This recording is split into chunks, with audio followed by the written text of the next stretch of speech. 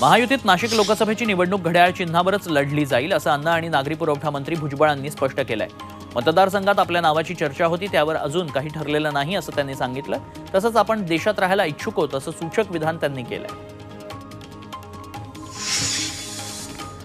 प्रकाश आंबेडकरांसोबत विचाराचं रक्ताचं नातं आहे, त्यामुळे त्यांनी वेगळा निर्णय घेऊ नये अशी विनंती शरद पवार गटाचे आमदार जितेंद्र आव्हाडांनी केली आहे। संविधानावर आलेल्या संकटाविरोधात एकत्र लढायचं, दोघांमध्ये 5 मुद्दे समान आहेत, मवियाचे रस्ते आंबेडकरांसाठी खुले आहेत असंही आव्हाड म्हणाले। तुम्ही आंबेडकरी विचारांचे पुरस्कर्ते आहात, तुमचं रक्ताचं नातं आहे। डोंबिवलीत उद्या सर्व हॉटेल्स बंद राहतील। अनधिकृत ढाब्यांवर होणाऱ्या मद्य विक्री विरोधात हॉटेल व्यावसायिक आक्रमक झालेत। वारंवार तक्रार करूनही प्रशासनानं कोणतीच कारवाई केलेली नाही, त्यामुळे प्रशासनाच्या निषेधार्थ बंद पाळला जाणार आहे। देशभरातील सीईटी परीक्षेच्या वेळापत्रकात पुन्हा बदल करण्यात आलाय। याआधी लोकसभा निवडणुकीच्या पार्श्वभूमीवर सीईटी परीक्षेच्या वेळापत्रकात बदल केला होता। आता नीट परीक्षेमुळे पुन्हा एकदा सीईटी परीक्षा लांबणीवर पडली आहे। सुधारित वेळापत्रक लवकरच जाहीर केलं जाईल।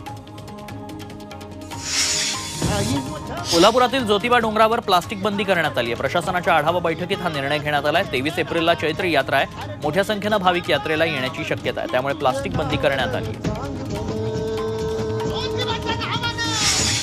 पुणे मिरज मार्गावरील जरंडेश्वर ते सातारा दरम्यान रेल्वे मार्गाचं काम सुरू करण्यात आलंय, त्यामुळे कोयना एक्सप्रेस आणि हजरत निजामुद्दीन एक्सप्रेसच्या वेळेत बदल करण्यात आलाय। दोन्ही रेल्वे आजपासून 4 दिवस 1 ते 1.5 तास उशिरानं धावतील। जळगाव जिल्ह्यातील भुसावळ शहरात सर्वाधिक तापमानाची नोंद करण्यात आली आहे। गेल्या 24 तासात 42.5 तापमान नोंदवलं गेलंय।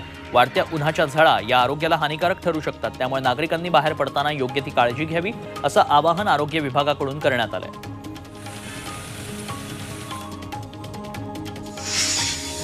मुंबई गुन्हे शाखेनं 252 कोटी रुपये किमतीचा 126 किलो एमडी ड्रग्ज जप्त केलाय। या प्रकरणी 10 आरोपींना ताब्यात घेतलं असून त्यात एका महिलेचा समावेश आहे। महिलेसह एका आरोपीला कुर्ल्यातनं अटक करण्यात आली आहे, तर अधिक तपासातनं सांगलीतील अंमली पदार्थ बनवायचा कारखाना उद्ध्वस्त करण्यात आला। 7 अधिकारी आणि क्राईम ब्रांच मधील इतर अधिकारी यांच्या मार्फतीने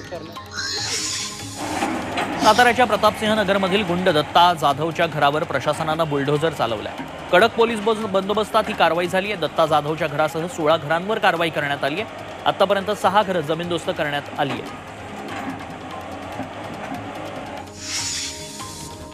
मीरा भाईंदरच्या नयानगर पोलिसांनी 50 मोबाईल फोन मूळ मालकांना परत केलेत। अनेकांचे मोबाईल चोरीला गेले होते, तर काहींचे गहाळ झाले होते।